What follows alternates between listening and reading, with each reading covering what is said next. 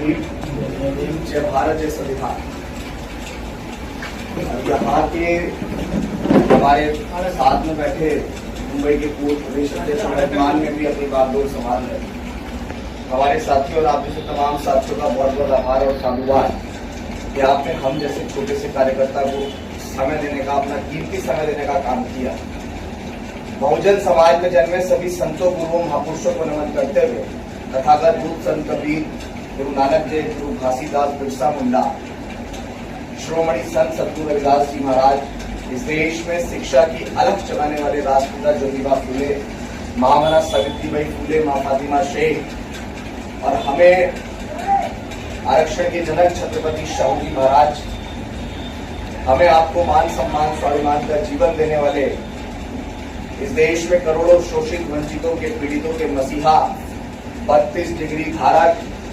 विदेश जाकर अर्थशास्त्र में पीएचडी की डिग्री हासिल करने वाले प्रथम भारतीय, भारत के संविधान निर्माता, इस देश के भाग्य विधाता विश्व डॉक्टर बाबा साहेब अम्बेडकर के चरणों में नमन करते हुए वह 21वीं सदी के सबसे बड़े महानायक, कश्मीर से लेकर कन्याकुमारी तक साइकिल यात्रा करने वाले डॉक्टर बाबा साहेब अम्बेडकर को मरणोपरांत जीवित करने वाले, पूरे उत्तर भारत के अंदर फैलाने वाले,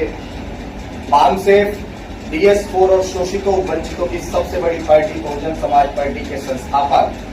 हमारे रहबर, मेरे गुरु मान्यवर कांशीराम साहब के चरणों में नमन करते हुए अपनी बात को शुरू करेंगे। देखिए, हम एक मार्च चला रहे हैं जिसका नाम है बहुजन जागो मार्च, जिसका एक छोटा सा उद्देश्य है बहुजन नेताओं साथ में आओ, क्योंकि हम बहुत अच्छे से जानते हैं कि बिखरे हुए लोग इस देश में शासक जमात नहीं बन सकते हैं। ये बहुजन जागो मार्च बीती 23 जुलाई को डॉक्टर बाबा साहेब अम्बेडकर की जन्मस्थली मध्य प्रदेश के महू से शुरू हुआ और इसी संकल्प, इसी उद्देश्य के साथ शुरू हुआ और महू से इंदौर, देवास, सीहोर, सोनकच्छ, भोपाल, विदिशा, खुरई, ललितपुर, झांसी, डफरा, दतिया, ग्वालियर, मुरैना, धौलपुर, आगरा, हाथरस, अलीगढ़, औरैया, फिरोजाबाद, बुलंदशहर, हापुड़, मेरठ, गाजियाबाद, उसके बाद दिल्ली जंतर मंतर, लगभग 4.5 महीने के लंबे अंतराल के बाद पैदल कदम, गांव गांव, गली गली, कूचे कूचे फूले अम्बेडकरी आंदोलन की बात करते हुए, मान्यवर कांशीराम साहब के त्याग, समर्पण के आंदोलन की बात करते हुए, चीखते हुए इस बात को कहते हुए कि जिस सदी में हमें इस देश का हुक्मरान बनना था, जिस सदी में डॉक्टर अम्बेडकर ये सपना देख के गए थे कि लोकतंत्र का सबसे बड़ा जो मंदिर है, जो पंचायत है, उसके अंदर हमें अपना पूर्ण बहुमत चाहिए, क्योंकि हमें आर्थिक मुक्ति और सामाजिक परिवर्तन के आंदोलन को पूरा करना है। और सामाजिक परिवर्तन और आर्थिक मुक्ति के आंदोलन को अगर पूरा करना है तो हमें इस देश में अपना प्राइम मिनिस्टर बनाना पड़ेगा। इसी सपने को देखते देखते मान्यवर कांशीराम साहब ने भी अपनी पूरी जिंदगी, अपना पूरा जीवन इस आंदोलन के नाम समर्पित किया। डॉक्टर बाबा साहेब अम्बेडकर को अगर हम तक किसी ने पहुंचाया तो उस शख्स का नाम था मान्यवर कांशीराम साहब, क्योंकि अगर मान्यवर कांशीराम साहब जैसे पुरोधा इस समाज के अंदर पैदा नहीं होते और सामाजिक परिवर्तन की इस मुहिम को उन्होंने नहीं चलाया होता और इस बात के साथ नहीं चलाया होता कि जिस समाज की गैर राजनीतिक जड़ें मजबूत नहीं होती वो समाज कभी राजनीति में हिस्सेदार नहीं बन सकता है। बस उसी आंदोलन को पढ़ते हुए, उनके उसी मार्गदर्शन को लेते हुए हमें जब ये चेतना जागी, मान्यवर कांशीराम साहब साल 2006 9 अक्टूबर को हमारे बीच से हमें छोड़कर चले गए। आखिरी बार उत्तर प्रदेश में हमने मान्य बहन जी के रूप में एक बड़ा मजबूत शासन देखा, वो पूरे देश के अंदर कहीं नहीं हुआ। लेकिन मेरा आप सबसे भी ये सवाल है